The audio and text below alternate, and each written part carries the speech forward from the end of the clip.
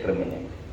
इसलिए आदिवासियों की भावना, आदिवासियों की समझ, आदिवासियों के रहन सहन, आदिवासियों का खाद्य, उनकी परंपरा, उनकी शादियाँ में मजा आती है कि नहीं? तो शादी में बैठने का भी मुझे सौभाग्य प्राप्त होता है। तो शादी में बैठते ना गोल, और जो जो चलता है वो सब परंपरा है, मुझे अच्छी तरह से भाती है और मैं उसको बहुत संतोषपूर्वक वो परंपराओं में सहभाग लेता हूँ।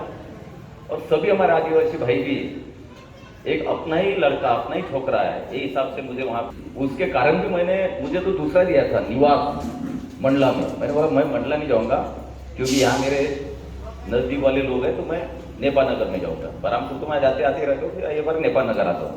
और वही तो प्रवासी कार्यकर्ता महाराष्ट्र के उच्च नियोजन के लिए मैं 64 कॉन्स्टिट्यूंसी में 64 मेरा प्रवास था 1.5 महीना। इसलिए बहुत सिवनी, कटनी, बड़वानी सभी डिस्ट्रिक्ट में प्रवास किया है। इसलिए कुछ नया नहीं है मध्य प्रदेश का ये पूरा प्रभाव। और मेरा परिचय इतना ही है कि मैं आपके जैसे एक पार्टी का कार्यकर्ता हूँ जो आप सामने बैठे हैं, और वहाँ से उठकर पार्टी ने मुझे यहाँ बैठा।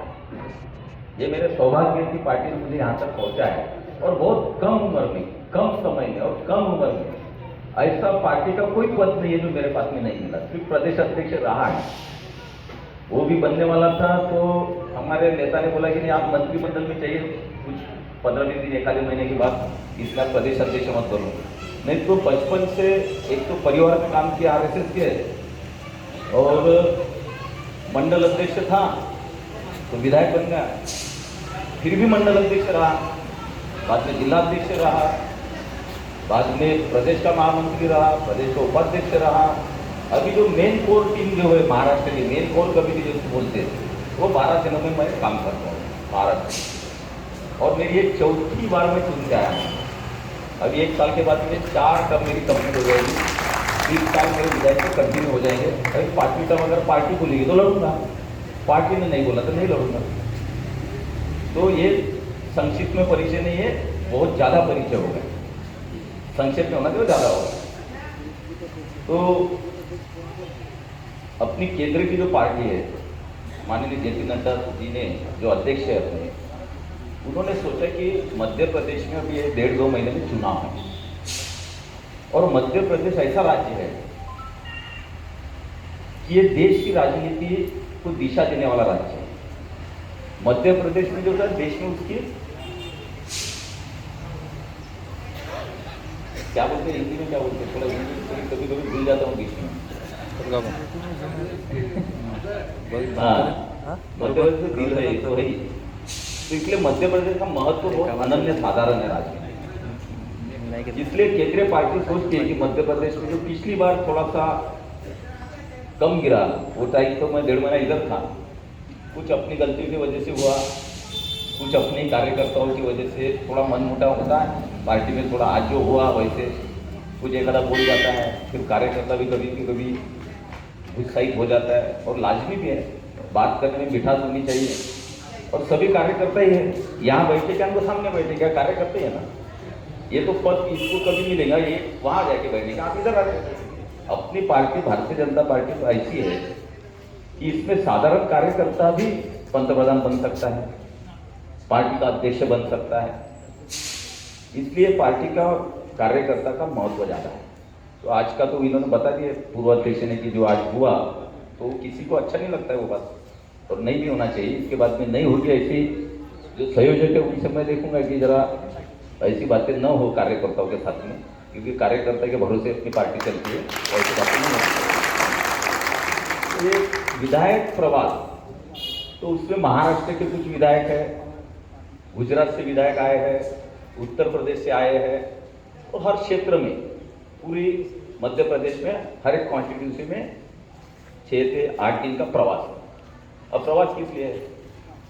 एक तो ये तो मेरा परिचय यहाँ पे तो ठीक है, लेकिन अभी मोदी जी ने देश में एक ऐसा किया है कि एक भारत श्रेष्ठ भारत, इसके अंतर्गत हमारा कल्चरल, हमारा सांस्कृतिक आदान प्रदान हो, एक दूसरे की संस्कृति सबको समझे, तो उसके तहत भी एक कार्यक्रम देश में चल रहा है कि तमिलनाडु आंध्र प्रदेश वाले महाराष्ट्र में आते हैं, वहाँ के लोग वहाँ हम स्वागत करते हैं उनको, वहाँ के जो मंदिर है, संस्कृति है, वहाँ का खान पान है वो बताते हैं, यहाँ के लोग उधर कहते हैं। एक प्रदेश से दूसरे प्रदेश में लोगों ने जाना चाहिए, जिससे श्रेष्ठ भारत बनेगा।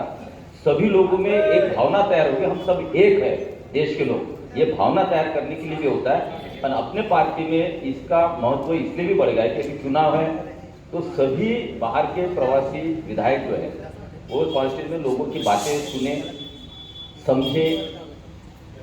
और जो मोदी जी ने 9 साल में और माननीय शिवराज सिंह जी ने पिछले मेरे ख्याल से कितने साल मुख्यमंत्री, 20 साल में 1.5 साल छोड़े 18 साल, तो केंद्र शासन ने और राज्य शासन ने ये दोनों ने जो गरीब कल्याण की और योजनाएं जो की है वो हर एक तक पहुंची नहीं पहुंची, ये भी देखना है। और एक बात भी है कि देखो आप कांग्रेस की अपने 50-60 साल देखे, गरीबी हटाएंगे, गरीबी हटाएंगे, गरीबी हटाएंगे, यही नारे पे 30-30, 40-40 साल निकाले कि गरीबी हटा दें। लेकिन गरीब हट गया, गरीबी भी हटी नहीं।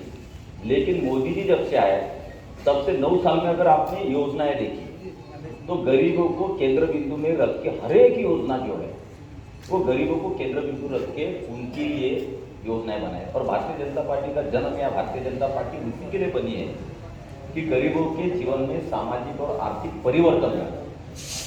जो आखिरी पायदान पे जो है वो मेन प्रभाव में आए, उसको अच्छे दिन आए, उसके जो छोटे मोटे समस्या है वो निपटे, इसीलिए पार्टी बनी। तो कभी हमारी महिला बैठी है, कभी महिलाओं की तरफ कभी किसी ने ध्यान नहीं दिया कि हमारी महिला जब शौच पे जाती थी, बाहर जाती है तो उनको क्या तकलीफ होती है। मोदी जी आते से लाल किले पर से कोई पंतप्रधान ने अभी तक बोला है कभी कि हम शौचालय बनाएंगे? लोग हंसते थे बाकी, यार लाल किले पे भाषण देते हैं मोदी जी और उसमें शौचालय का विषय लेते हैं, कितना छोटा विषय लेते हैं। छोटा नहीं, बहुत बड़ा विषय था। और हमारे बहनों के लिए तो सबसे बड़ा था कि कितनी कठिनाई से उनका तकलीफ से गुजरती थी। ये छोटी छोटी बातें नहीं थी, ये बड़ी बातें थी जो कांग्रेस भूल गई थी। मोदी जी ने वो किया। बाद में गैस के दूध में ये जो चलो आया, ये तो महिलाओं के लिए था। चूल्हे का प्रयोग करना, धूल लेना, फिर कैंसर, फिर ये बीमारियां, वो बीमारियां, तो गैस का 50-60 साल में कांग्रेस के दिमाग में कभी आए नहीं, वो मोदी जी ने दिया। क्यों? उसके बाद में धरकुल का दिया कि उनका घर भी होना चाहिए, उनका आरोग्य अच्छा होना चाहिए, इसलिए भी आयुष्मान योजना दी कि आयुष्मान योजना देने की वजह से कोई भी गरीब हमारा इलाज के बिना न रह सके, उसका मुफ्त में इलाज हो, ये भी योजना दी। और इसलिए दी क्योंकि गरीबी मोदी जी ने देखी है बचपन से, और जिन्होंने गरीबी देखी नहीं वो गरीबों के बारे में सोचते नहीं। इसलिए ये सब बातें अभी माननीय शिवराज सिंह जी अपने मुख्यमंत्री है, उन्होंने मैं देखा हूँ, कल से मैं बात कर रहा हूँ तो हमारी बहनें भी मिली, कुछ भाइयों से भी बात हुई, तो सब ने यार लाडली बहन ना, लाडली बहन आई, सब हमारी बहना पूछे। किसी ने सोचा ये क्यों बनाई हुई योजनाएं? क्योंकि महिलाओं को जो स्थान हम पुरुष लोग देते हैं वो दुयम देते कि चलो यार ठीक है, उनसे अनबन भी हो गई तो हाथ उठाने तक की हमारी हिम्मत होती है यार, हम जाते हैं वहां तक, लेकिन उनके बारे में कभी सोचते नहीं है। तो वो मामा जी ने सोचा कि वो उनको भी सक्षम बनाएगा, उनके खाते में भी पैसे जाए, ताकि हमारे पुरुष भी देखे यार इनके पास में पैसे आ रहे हैं, क्यों इनको छेड़े और क्यों इनको मारे, हम इनकी इज्जत करना चाहिए। तो महिलाओं की इज्जत बढ़ाने के लिए, वो खुद के पैरों पे और सक्षमता से आगे चलने के लिए वो लाडली योजना लाए। अभी मैंने देखा है कि ये कॉन्स्टिट्यूंसी में 41,000 कहाँ है तो मैं बताता हूँ, नहीं तो आंकड़ा मेरे से ले लेना, 41,000 महिलाओं को अभी तक की उसका लाभ मिला है। 41,000 मेरे पास में नाम से किसी को अगर चाहिए, इससे ऐसा नहीं होता है। तो ये जो सब बातें हैं, ये करते करते अभी चुनाव में जाए, अगर हमको हमारे ध्येय अभी ये योजनाएं चालू रखना है, गरीबों का उत्थान की योजनाएं चालू रखना है, गरीबों की इसलिए और कुछ योजनाएं बन रही है, वो योजना अगर हमको चालू रखना है तो हमको सत्ता तो चाहिए। बगैर सत्ता की तो हम लोगों तक पहुंचेंगे नहीं, और उसके लिए सत्ता एक सेवा का साधन है। ऐसा हम भारतीय जनता पार्टी की सोचे कि सत्ता सेवा का साधन है, और सेवा करने के लिए तो सत्ता चाहिए। तो इसी के लिए जो अभी तक के आपने माननीय शिवराज जी मामा जी को आशीर्वाद दिए, भारतीय जनता पार्टी को आशीर्वाद दिए, आगे भी चलते आप लोगों का प्यार और आशीर्वाद ये मोदी जी को और मामा जी को दोनों को रहे, और प्रदेश में आने वाले चुनाव में हम फिर से सत्ता बना के गरीबों के सेवा में जुट जाए, इसके लिए आग्रह करने के लिए, आपसे विनती करने के लिए। और जो छोटी बातें होती है आपस में, वो थोड़ा मन मिटाव होता है, वो भी थोड़ा दुरुस्त होना चाहिए कि नहीं होना चाहिए? वो भी कार्यकर्ता में थोड़ा दुरुस्त होना चाहिए, होता है छोटा मोटा। मैं भी 20 साल से विधायक हूं, मेरे तरफ भी थोड़ा फार तो मन मिटाव होता ही है, लेकिन वो इतना नहीं बढ़ाओ कि जिससे नकारात्मकता पैदा हो, क्योंकि लोग खुश है। लोगों से भी बात किया हूँ, 2-3 दिन से लोगों से बात करता हूँ, मैं सिर्फ कार्यकर्ता से बात नहीं करता हूँ, लोगों से बात करता हूँ। तो लोगों तक की योजना पहुंच रही है, लोग बोलते गवर्नमेंट की योजना भैया हमारे तक पहुंच रही, बढ़िया है, मोदी जी की योजना आ गई, मुफ्त राशन मिलता है, बहुत लोगों को मिलता है। मुफ्त राशन योजना चालू है नहीं चालू है? फिर भी ऐसा कि मुफ्त राशन पूरे देखो 80 करोड़ लोगों को ये देश में मुफ्त अनाज मिलता है, मुफ्त राशन। एक भी 80 करोड़ बोले तो एक भी ऐसा देश दुनिया में नहीं है जहां पे मुफ्त में राशन लोगों को, 80 करोड़ लोगों को राशन मिला, ऐसा एक भी देश नहीं कर सकता। और ये मोदी जी क्यों कर सके, ये मामा जी क्यों कर सके? क्यों कि जिस प्रकार से भ्रष्टाचार को रोकने का काम किया, उसके वजह से पैसा बचते गया, पैसा बचाओ गरीबों के काम में आते गया। अब पैसा बचा कैसे?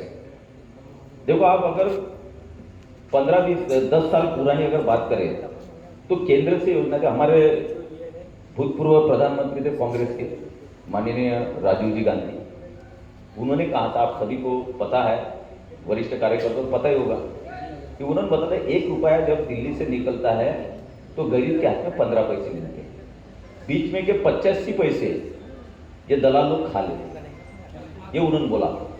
फिर मोदी जी ने जब 9 साल पहले सत्ता संभाली तो उनके दिमाग में पहले से गरीबी और गरीब लोग थे। फिर जनधन खाते निकाले 40 करोड़ लोगों के, और उसमें ज्यादा महिलाओं के बैंक के खाते। क्यों निकाले खाते? पहले हंसते थे लोग, क्या किए, बैंक में रांग लगा दिए, हमारे मुफ्त में सिर्फ पासबुक डाल दिए, पासबुक में पैसे डालो, पैसे नहीं डाल रहे, सिर्फ पासबुक दे रहे, ऐसा चिढ़ाते थे शुरुआत में। 40-50 करोड़ खाते निकाले, तब से ये दिमाग में योजना चल रही थी जनधन खाते, इसलिए कि बैंक कभी 40-50 करोड़ लोगों ने बैंक देखी नहीं, क्योंकि खाता ही नहीं था उनका। तो उनको बैंक क्या चलती है, व्यवहार क्या चलते हैं, क्या होता है देश में, कोई गरीबों को पता नहीं। तो पहले वो काम किया, और आज उस काम खाते निकालने का परिणाम क्या है कि जो 1 रुपया निकलता था, 85 पैसे लोग खाते थे, 15 पैसे लोगों को पहुंचता था, अब पूरा 1 रुपया दिल्ली से निकलता है और हमारे बहनों और भाइयों के खाते में डायरेक्टली जाता है, पूरा 1 रुपया। 85 पैसे कोई नहीं खा सकता।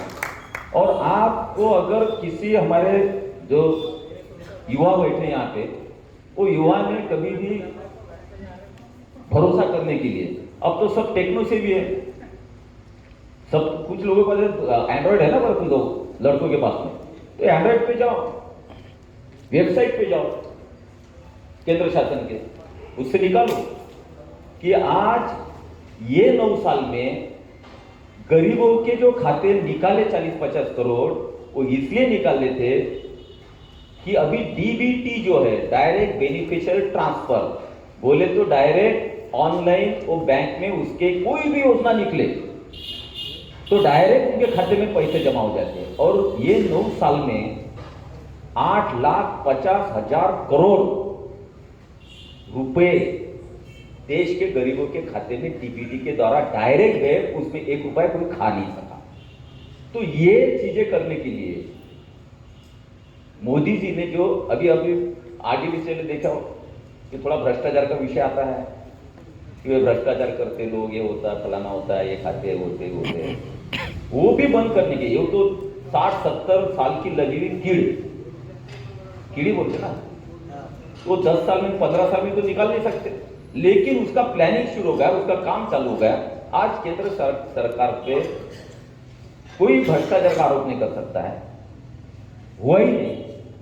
और एक एक बातें ऐसी चालू है कि टेक्नोलॉजी का यूज करके आगे चल के धीरे धीरे ऐसे विषय करना चालू है कि टेक्नोलॉजी का वापर करते करते करते करते कोई भ्रष्टाचार कर नहीं सकेगा।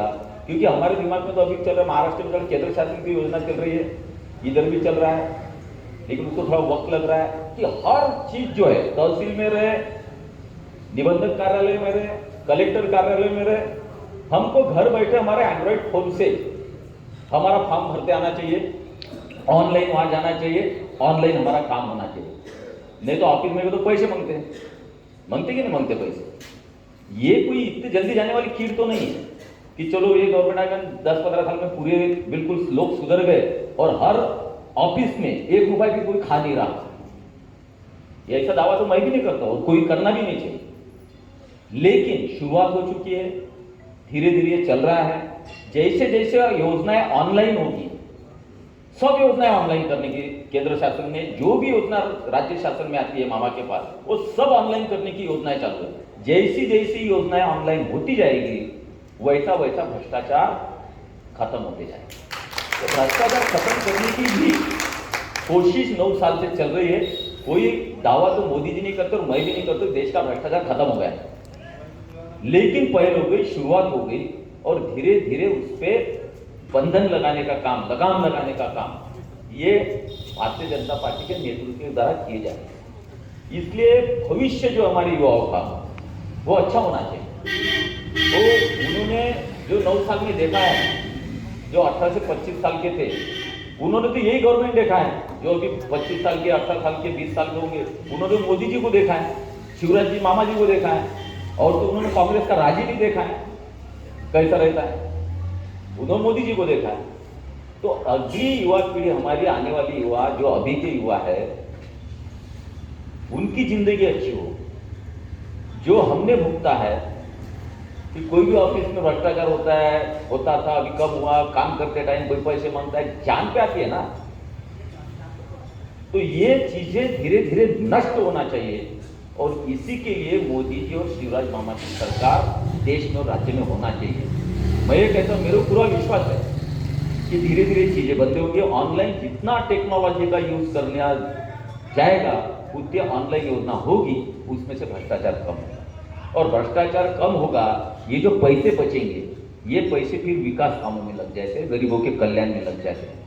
अब एक उदाहरण मैं आखिर में देता हूं कि भ्रष्टाचार कम करने से, बंद करने से और योजनाओं में ध्यान देने से गवर्नमेंट का पैसा कैसे बचा और गरीबों के कल्याण में कैसा लगा।